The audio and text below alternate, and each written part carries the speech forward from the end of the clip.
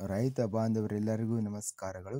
ಕರ್ನಾಟಕ ಕೃಷಿ ಮಾರುಕಟ್ಟೆಯ ಜೋಳ ಯಾವ ಮಾರುಕಟ್ಟೆಯಲ್ಲಿ ಎಷ್ಟು ರೇಟ್ ನಡೆದಿದೆ?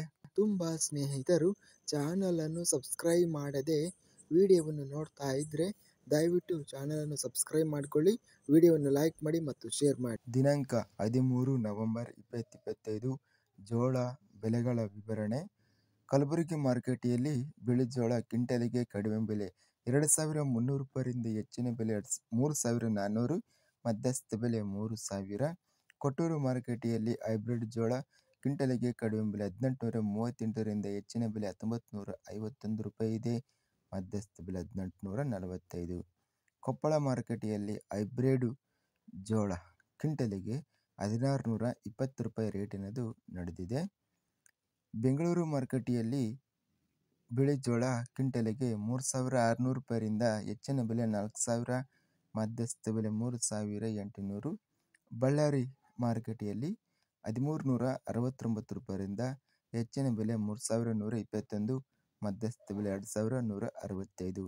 ಬಸವ ಕಲ್ಯಾಣ ಮಾರುಕಟ್ಟೆಯಲ್ಲಿ ಬಿಳಿ ಜೋಳ ಕ್ವಿಂಟಲಿಗೆ ಕಡಿಮೆ ಬೆಲೆ 1,800 ರೂಪಾಯಿರಿಂದ ಹೆಚ್ಚಿನ ಬೆಲೆ 3,495, ಮಧ್ಯಸ್ಥ ಬೆಲೆ 2,800. ಮಾನ್ವಿ ಮಾರುಕಟ್ಟೆಯಲ್ಲಿ ಇತರೆ ಜೋಳ ಕ್ವಿಂಟಲಿಗೆ 2,300 ರೂಪಾಯಿ ಇದೆ. ಲಕ್ಷ್ಮೇಶ್ವರ ಮಾರುಕಟ್ಟೆಯಲ್ಲಿ ಬಿಳಿ ಜೋಳ 1,701 ರೂಪಾಯಿ ಇದೆ. ಹಗರಿಬೊಮ್ಮನಹಳ್ಳಿ ಮಾರುಕಟ್ಟೆಯಲ್ಲಿ 1,700ರಿಂದ ಹೆಚ್ಚಿನ ಬೆಲೆ 1,850, ಮಧ್ಯಸ್ಥ ಬೆಲೆ 1,830. ಹರಪನಹಳ್ಳಿ ಮಾರುಕಟ್ಟೆಯಲ್ಲಿ 1,900 ರೂಪಾಯಿ ಇದೆ. ಹುಬ್ಬಳ್ಳಿ ಮಾರುಕಟ್ಟೆಯಲ್ಲಿ ಬಿಳಿ ಜೋಳ ಕ್ವಿಂಟಲಿಗೆ ಕಡಿಮೆ ಬೆಲೆ 1,651ರಿಂದ ಹೆಚ್ಚಿನ ಬೆಲೆ 2,869, ಮಧ್ಯಸ್ಥ ಬೆಲೆ 2,238. ನವಣೆ ಬೆಲೆಗಳ ವಿವರಣೆ. ಬಳ್ಳಾರಿ ಮಾರುಕಟ್ಟೆಯಲ್ಲಿ ಹೈಬ್ರಿಡ್ ನವಣೆ ಕ್ವಿಂಟಲಿಗೆ ಕಡಿಮೆ ಬೆಲೆ 1,959 ರೂಪಾಯಿರಿಂದ ಹೆಚ್ಚಿನ ಬೆಲೆ 3,083 ರೂಪಾಯಿ ರೇಟಿನದು ನಡೆದಿದೆ, ಮಧ್ಯಸ್ಥ ಬೆಲೆ 2,716.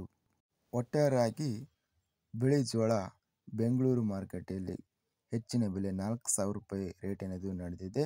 ಸರಾಸರಿ ರೇಟು ಜೋಳ 3,000 ರೂಪಾಯಿ ರೇಟಿನದು ಇದೆ. ಇದಿಷ್ಟು ಕರ್ನಾಟಕ ಕೃಷಿ ಮಾರುಕಟ್ಟೆಯ ಜೋಳ ಹಾಗೂ ನವಣೆ ಬೆಲೆಗಳ ವಿವರಣೆ.